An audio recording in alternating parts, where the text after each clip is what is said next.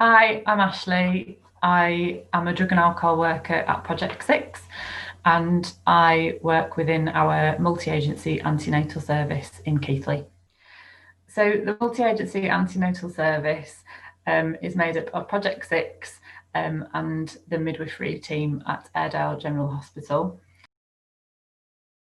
So at that initial booking appointment with the midwife, they will ask questions around if the woman is drinking any level of alcohol or using any other substances. And women will get referred into us if they're using any kind of substance, but also if they've disclosed any sort of drinking. So binge drinking, for example, is incredibly risky for the unborn baby, and even drinking it at any low level can be damaging. There's no safe alcohol level for pregnant women to be drinking. We aim to support women to reduce their use by being able to see some of these women and provide specialist support, taking that away from GPs, taking the pressure off the midwives themselves, and hopefully reducing the amount of time that babies and their mothers are on special care baby unit. So partners can be really key.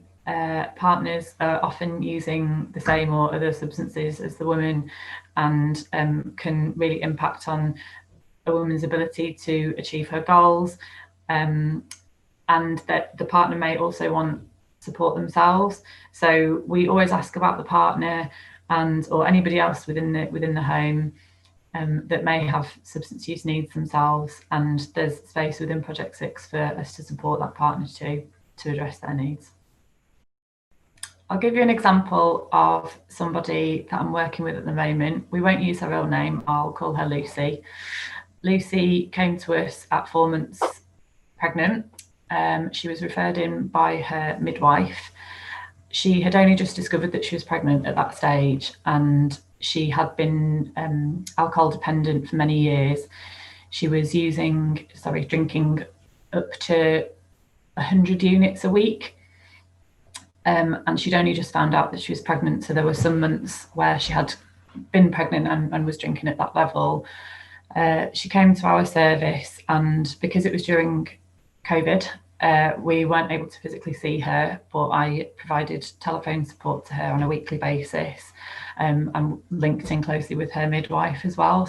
She engaged really well in terms of sort of phone support. She had quite a lot going on, so actually phone support kind of worked quite well for her.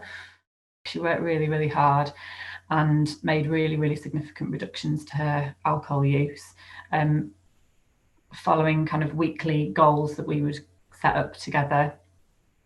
And she has recently given birth to a happy, healthy baby, and she had become abstinent from alcohol 6 weeks prior to giving birth. She's breastfeeding, and that remains a motivator for her to remain abstinent. I was also able to provide her with some baby clothes that we got donated to us, and she was also struggling financially, so I was able to provide her with food parcel referrals. So it was things like this, additional stuff that we were able to provide her with that she might not have been able to get if she wasn't linked in with Project 6.